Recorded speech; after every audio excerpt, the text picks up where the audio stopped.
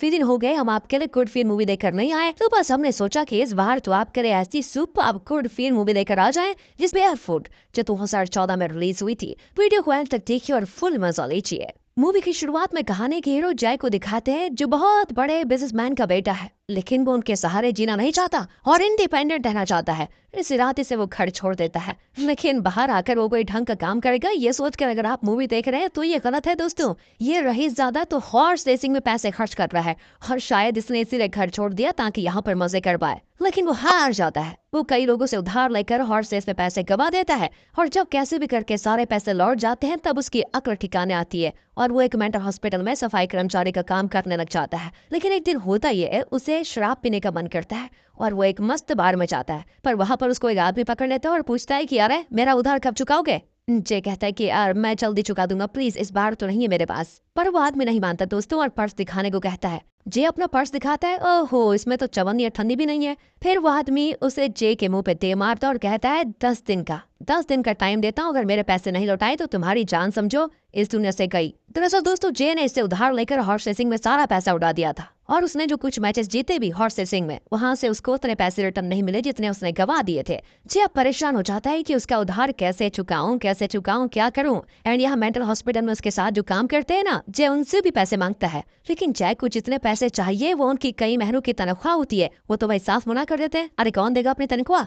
जे चाहे तो अपने पापा से मांग सकता है, लेकिन लगता है उसने शपथ ले ली है भाई कभी पापा से पैसे नहीं मांगूंगा। लेकिन उसके पास अब और कोई चारा भी तो नहीं है, इसलिए वो आखिरकार पापा को कॉल कर ही लेता है। लेकिन क्योंकि उसने पापा से झूठ बोला था कि वो एक अच्छी जगह पे नौकरी कर रहा है, अब पापा पूछते हैं कि फिलहाल तुम कहाँ पर हो। जे कहता है कि मैं एक मेंटल हॉस्पिटल में एडमिनिस्ट्रेटिव इंचार्ज हूँ और मेरी गर्लफ्रेंड भी है पापा, मैं तो एकदम बढ़िया सेटल हो चुका हूँ लाइफ में, लेकिन पापा मुझको एक छोटा बिजनेस शुरू करना है जिसके लिए अगर आप थोड़े पैसे दे देते तो थोड़ा अच्छा होता। पापा कहते हैं कि देख बेटा कुछ दिनों में तेरे भाई की शादी है, शादी में तो अपनी गर्लफ्रेंड को साथ लेकर आना, बाकी सारी बातें मैं तब करूंगा आराम से बैठ के, क्योंकि बिजनेस की बातें ऐसे फोन पर नहीं होती। और अब बेचारा गर्लफ्रेंड के लिए कहाँ जाकर माथा टेकेगा, उसके पास तो गर्लफ्रेंड है ही नहीं। फिर वो हॉस्पिटल की नर्सेस को पूछता है कि आप 2 दिन के लिए मेरी गर्लफ्रेंड बनेंगी प्लीज, बहुत जरूरी है। लेकिन जे को क्या गालियां पड़ती भाई गालियां। असल में जे ना बहुत शराब पीता है और हर वक्त गैम्बलिंग और हॉर्स रेसिंग में पैसे बर्बाद करता है क्योंकि अमीर ज्यादा है, इसलिए कोई भी लड़की उसकी गर्लफ्रेंड बनने को तैयार नहीं होती। तभी हॉस्पिटल के चीफ डॉक्टर जे को बुलाकर खूब सुनाते हैं क्योंकि जे ने उनके एक पेशेंट को शराब पिला दी थी। वो सीरियस होकर कहते हैं कि आइंदा मेरे पेशेंट्स को तुमने नजर उठाकर भी देखा तो सीधे नौकरी से निकाल दूंगा। जे चुपचाप डांट खाकर चला जाता है। एंड तब वहां पर एक नई पेशेंट को लाया जाता है जिसका नाम है डेजी और ये इस कहानी की हीरोइन है दोस्तों। हाल ही में डेजी की माँ चल बसी थी और उसके बाद डेजी किसी से बात नहीं करती थी, तो उसे यहाँ पर लाया गया है। वो बहुत डरी भी लगती है और बड़बड़ाने लग जाती है कि मेरी माँ मुझे मारने वाली है, पता नहीं क्यों। उसका चेकअप करके डॉक्टर को लगता है कि वो मेंटली डिस्टर्ब्ड है और कुछ दिन उसको यहाँ पर ट्रीटमेंट लेना ही चाहिए। फिर वो डेजी को हॉस्पिटल में एडमिट कर लेते हैं। जे काम खत्म करके निकल रहा होता है कि डेजी के कमरे से चीखने की आवाज आती है। जे देखता है कि एक पेशेंट डॉक्टर की एक्टिंग कर रहा है और वो डेजी को कोई दवाई देने की कोशिश कर रहा है। जे भी तुरंत उसको मार कर भगा देता है और डेजी को वार्न करता है कि डॉक्टर के अलावा यहाँ किसी पर भरोसा मत करना तुम, कहकर वो हॉस्पिटल से निकल जाता है। लेकिन डेजी उसके पीछे आ जाती है। जे भी कह देता है कि अरे ये क्या कर रही है तुम, डॉक्टर ने तुम्हें मेरे साथ देख लिया तो वो मुझे काम से निकाल देंगे और अगर तुम्हें यहाँ पर नहीं रहना तो ये लो पैसे, टैक्सी पकड़ घर चले जाओ। उसको पैसे देकर जे जाने लग जाता है, लेकिन डेजी जरा भी नहीं हिलती दोस्तों।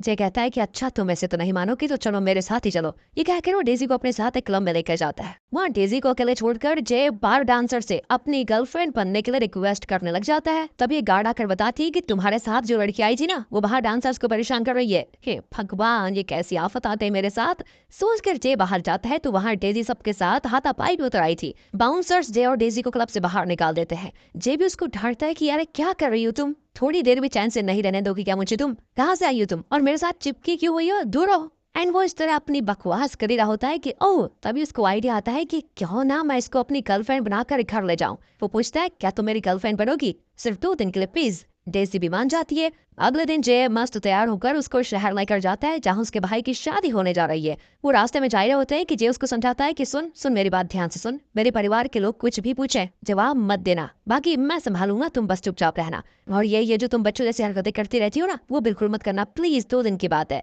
इस तरह दोस्तों उसको लेक्चर देकर जे लेकर चला जाता है। लेकिन फ्लाइट में बैठते ही डेजी अपना कार्यक्रम शुरू कर देती है। कभी सीट बेल्ट खोलती है, कभी ऊपर का light switch on switch off करती है, बाथरूम जाती है तो वहाँ रोने लग जाती है, बाहर आने का नाम ही नहीं लेती। फिर वो बिना परमिशन के बिजनेस क्लास में जाकर बैठ जाती है। आखिरकार फ्लाइट लैंड हो जाती है और जे उसे अपने घर लेकर आता है। अब डेजी को देखकर जे की माँ बड़ी खुश होती है और जैसे कहती है कि चलो जिंदगी में एक तो ढंग का काम किया है तूने, बढ़िया लड़की पसंद की है। अब वो डेजी को अंदर लेकर जाती है और फ्रेश होने को कहती है। जे बाहर मस्त सुट्टा मार रहा होता है। तभी पापा आकर पूछते हैं कि और भाई कैसे चल रही है तुम्हारी इंडिपेंडेंट लाइफ। जे कहता है कि बढ़िया चल रही है पापा। फिर उसके पापा जे को अपनी नई गाड़ियां दिखाने लगते हैं। एंड जब शाम होती है तो सभी फैमिली के साथ डिनर करते हैं। डेजी को जय की माँ ने बढ़िया तैयार किया होता है। डिनर टेबल पर जय के भाई पूछता है कि भाई तुम क्या काम कर रहे हो आजकल। जे भी कहता है कि मैं एक मेंटल हॉस्पिटल में एडमिन इंचार्ज हूँ। अब यह सुनकर डेजी हंसी रोक नहीं पाती, लेकिन फिर भी मुंह बंद कर लेती है। फिर जे अपने पापा से बिजनेस के लिए पैसे मांगता है तो वो कहते हैं कि अरे शादी में आए हो, पैसों की बात बाद में भी हो सकती है बेटा, आराम से एंजॉय करो शादी को।